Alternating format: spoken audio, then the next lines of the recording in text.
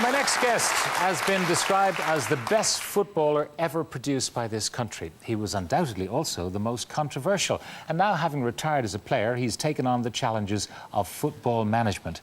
Will you welcome, please, Mr. Roy Keane.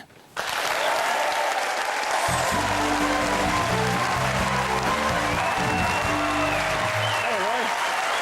Welcome aboard.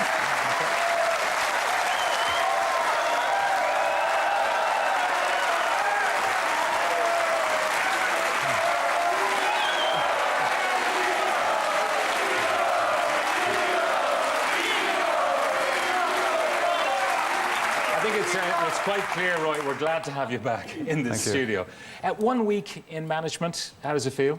No, it's good. It's good to be back. I had about 5 months off. I had a really good break. I think it's the right challenge for me, and I'm ready for it. You set the bar very high already. In your first press conference, you said, "I'm going to get these guys into the Premiership." So, you know. No, I didn't say I would. I said, why not try for next year?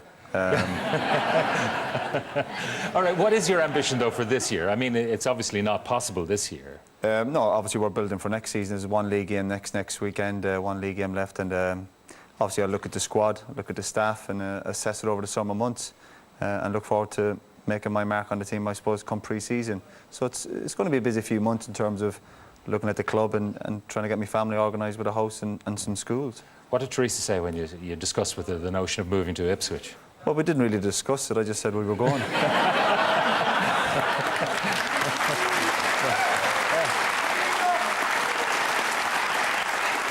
Yeah, but she's got to find schools and a house and all that. No, of course I discussed it with her. No, she's fine. My wife's very easygoing. She's, you know, she knows as part of my career now as a manager that we'll have to maybe travel, and I didn't do it at Sunderland. I think that was hard going towards the end. I was commuting, and so no, she's ready, and the kids are. You know, we've been in Manchester 15, 16 years. Maybe it's time for a change. All right. You know that expression, nice guys don't come first. And you said just a few hours ago that maybe Ipswich have been too nice. Yeah, I think the team itself, again, I was going to say it's a nice club. It's a nice team. But there's nothing wrong with being nice. You know, I think I'm pretty nice, but I think you have to have an edge, and that's what I want to try and bring to the team. You know, it's well and good being nice on the ball, but you need to be a bit nasty when you haven't got the ball. Your former team, by the way, they did quite well during the week. They could have done better, but 1-0 against the old enemy, Arsenal. What do you think of that team? Of the United team? Yeah. Oh, well, obviously very, very strong. They've got the best squad in Europe, without a shadow of a doubt, and I'd fancy them to get through to the final now. And to be honest, I take very little interest in what goes on at United. Really? Yeah, I've had to move on myself. I think there's a problem with a lot of ex-players who've been at a big club like United for a long time that they find it hard to let go. You know, they still go back to the ground, they still go to the games. When I left them, I really made an effort to make a clean break, and I'll be honest with you, I have very little interest in what goes on there now. Do you still speak with Sir Alex Ferguson from time to time? No. And is that because you don't want to, or do you fall out with them? Do you fall out with them? Not really. We had a disagreement, and you know, I've moved on, and he's moved on, and you don't tend to speak to other managers really unless you're trying to do a deal with them. And no, I've moved on, and I've no reason to speak to him, I have to say. Yeah, but you do speak to your old colleagues like Brucey and Mark Hughes, even though a lot of things you said were misinterpreted. Yeah, of course, the usual silly headlines. You know, I think whatever I've seemed to have said over the years, in my opinion, it's always exaggerated. And it was the same last week with obviously Mark Hughes and Steve Bruce, two people I've got a lot of time for, and you know, two teammates I was delighted to play for. And I was asked a question last week about world-class managers, and I said, well, the world-class managers are the managers out there winning trophies. And all of a sudden, I'm calling these two lads losers, which is, you know, couldn't be further from the truth. But I've spoken to them last weekend, and lucky for me, them two lads have a brain and they understand what's going on, and they don't get carried away with the headlines. When you look at the footballers in the Premiership at the moment, I mean, Ronaldo, of course, being Footballer of the Year on a couple of occasions. Your old friend, I don't know if that's the right word, Eamon Dunphy, your co-author in your autobiography, he regards Ronaldo as a bit of a poser. No, Ronaldo's a brilliant player. I wouldn't say he's a poser. He probably likes himself, but there's nothing wrong with that either. You know, well, you said Eamon was never a friend of mine, but he might have wrote my book. But a lot of people claim to be my friends. Trust me, they're not. But no, Ronaldo's a top player. I wouldn't mind about my club. But the top players are going to be criticised. You know, Ronaldo for his diving. I've been in the team with him. I've been in the dressing room, and I think he's a top lad. I've got a lot of time for him.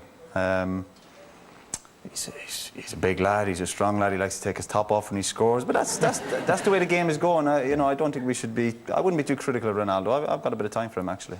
Now, your career in management started in Sunderland, and we all know the history between yourself and Niall Quinn and the Mother Teresa stuff and all the rest. When you got that phone call, what was your reaction?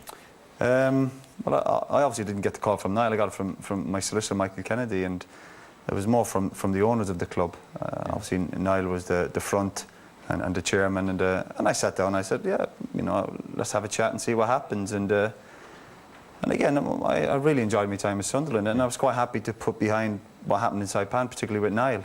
Did you have to kind of discuss it and thrash it out with him? Yeah, we did. Yeah, we had a chat when I came over to meet the owners of the club, and again, it was very, very straightforward. People, you know, we just, let's move on from what happened in Saipan. And were you genuinely able to park that? Just say, that's over there, that's the past? Yeah, most of it. No, we were, because even if I didn't take the job at Sunderland, again, what had gone on in Saipan, whether between myself and particularly Mick McCarthy and one or two of the senior players who I felt, you know, backed Mick up, you know, you do have to move on. I appreciate that, and I was quite happy to do that. Yeah, and yet you and Mick also had to do business with each other. You were on the phone to each other. You met each other subsequently. That seems to be okay now. Yeah, again, very, very straightforward. Again, maybe lots of things get exaggerated through the media. Mick rang me about a player I had at Sunderland, and we made arrangements to meet at a hotel in Manchester and discuss what had gone on in Saipan. And particularly now I'm a manager, and I try and see it from Mick's point of view. And again, we started out at a cup of tea, and it was very straightforward. Yeah. So did you have that Saipan conversation with him, or did you simply park that as well? I can't remember. We discussed lots of things, but again, you know, I'd be trying to be respectful of Mick, and again, even you're on about Saipan, it's amazing. People still miss the point of one of the reasons why I was particularly upset in Saipan. People talking about me losing my temper, and basically, you know, having gone over there, going back to facilities which were disgraceful, players getting injured, blah blah blah. And then to be accused of faking injury, that really got my nerves. Yeah, you said in your book that you would have said exactly the same things, which were very harsh and very colourful about Mick. You would have said the same things to Alex Ferguson if he had said the same thing to you. Of course, but these were all happened in the same when I left United. We had a so-called private meeting. You know, I think if you're going to have a private meeting, you know, and you want to get something off your chest, then get off your chest. And but unfortunately, it didn't end up in a private meeting, and a lot of things came through the media within an hour of the meeting, which, again, stuff I look back on, and I'm still not happy about, but you try and move on. Yeah. Do you think, do you ever look back and think, I wish it were different? You know, I wish that I played, that maybe Ireland, because it was a particular, I know the term a weak World Cup is not appropriate, but a weaker, we might have actually gone quite far. No, we wouldn't have, Pat. No, we can kid ourselves saying we were going over there with... You start your preparation a week or two before the World Cup, and people have to remember we've played at sports at the top level. We're talking about the World Cup here, which we'd qualified many months in advance. We'd gone over there. Honestly, it was a disgrace, an absolute disgrace, and I still feel strongly about it now. But would you, now, Roy Keane, the manager, would you have handled... I wouldn't have let that happen. No, but I mean, would you have handled Roy Keane, the player, differently? You know, knowing what you know now about what a manager goes through. Well, I certainly wouldn't have spoke to the captain or the senior player in front of a group of players and accused him of faking injury. I wouldn't have done that. I know that for a fact. That would have certainly been done on a one-to-one basis. So even all these years later, that's something that still I'm not happy about. You think you could have shouted at each other in private? It would have stayed private, and you could have... Of course, we could have maybe sorted it out.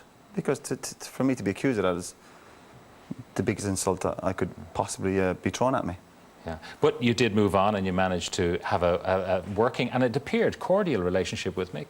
Yeah, we did. Fine. Yeah. And again, if I saw Mick, no problem. Yeah. When I've seen him a few times, obviously I've played against him in terms of a manager at Sunderland, and everything was fine. Yeah. No problem. And I know what you're saying about me as a player, and yeah, you know, I'm no angel, and I think I was very hard work. But I also, you know, I did want things done properly, I have to say. You know, I know I'm no angel. Yeah.